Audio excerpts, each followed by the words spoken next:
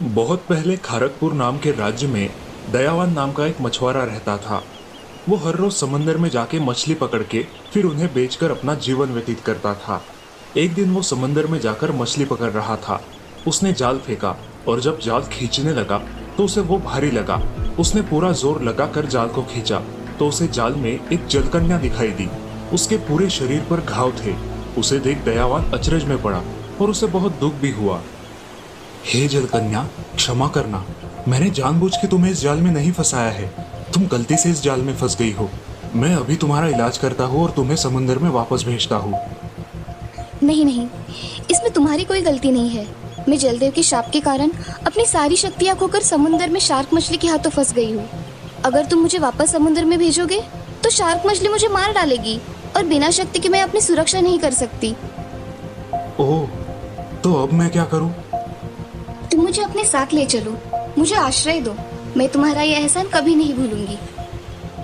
दयावान को जलकन्या की बात ठीक लगी। वो उसे लेकर अपने घर आया, उसका इलाज किया और अपने घर के पास वाले तालाब में उसे छोड़ दिया। अब दयावान उसे रोज ताजे फल और खाना खिलाने लगा। धीरे धीरे जलकन्या के घाव भर गए और वो ठीक हो गई। एक दिन उस गांव में मुंगेरी लाल नाम का एक जादूगर आया। वो बंदर, भालू, हाथी आदि जानवरों को बंदी बनाकर उनसे अलग अलग करतब करवाता था और लोगों का मनोरंजन करता था। लोग खुश होकर उसे पैसे देते थे और इस प्रकार से मुंगेरी लाल अपना गुजर बसर चलाता था। अब मुंगेरी लाल खड़गपुर में अपना प्रदर्शन करने लगा।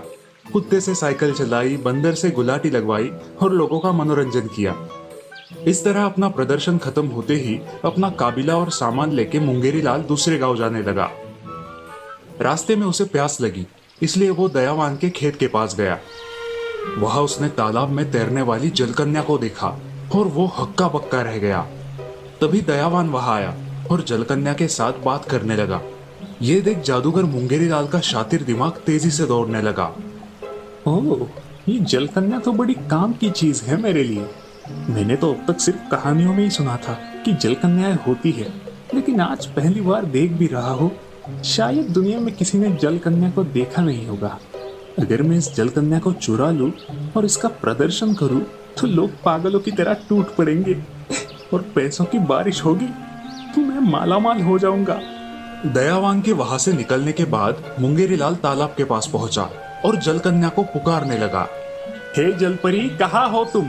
आ जाओ, मैं तुम्हारा पालन करूंगा, तुम्हें प्यार दूंगा। मेरी जान, जल्द आ जाओ। जादूगर मुंगेरी लाल की आवाज सुनकर जलकन्या पानी से बाहर आई। उसने तुरंत जाल फेंक कर जलकन्या को बंदी बनाया। फिर वो उसे अपने गोडाउन में ले गया। वहां एक कांच के बक्से में उसे रखकर वो बक्सा पानी से भर दिया। फिर उस बक्से को अपनी गाड़ी पे लाद कर उस गांव से निकल गया। जब दयावान वापस तालाब के पास आया तो वह जलकन्या को ना देखकर चिंतित हो गया। हो, ये जलकन्या कहाँ गई? कहीं मुझसे नाराज होकर चली तो नहीं गई? दूसरी ओर मुंगेरी लाल गांव गांव घूमकर जलकन्या का प्रदर्शन करके अच्छे खासे पैसे कमाने लगा। जलकन्या को देखने के लिए भीड़ होने लगी। राज्य के राजा रानी भी जलकन्या को देखने आए। मुंगेरी लाल ने जलकन्या के कांच के बक्से से कपड़ा हटाया। देखिए देखिए, कुदरत का अनोखा करिश्मा देखिए। ना कभी किसी ने सुना होगा, ना पहले कभी देखा होगा। जलपरी को देखते ही लोग हक्का बक्का रह गए और खुशी से तालियां बजाने लगे।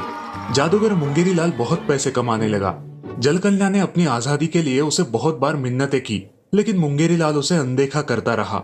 एक दिन मुंगेरी लाल के दिमाग में विचार आया, अगर मैं इस जलकन्या का प्रदर्शन किसी और राज्य में करूं तो मुझे और ज्यादा पैसे मिलेंगे। हाँ, ये सोचकर मुंगेरी लाल जलपरी के बक्से को एक नाव में डाल के दूसरे देश में जा रहा था।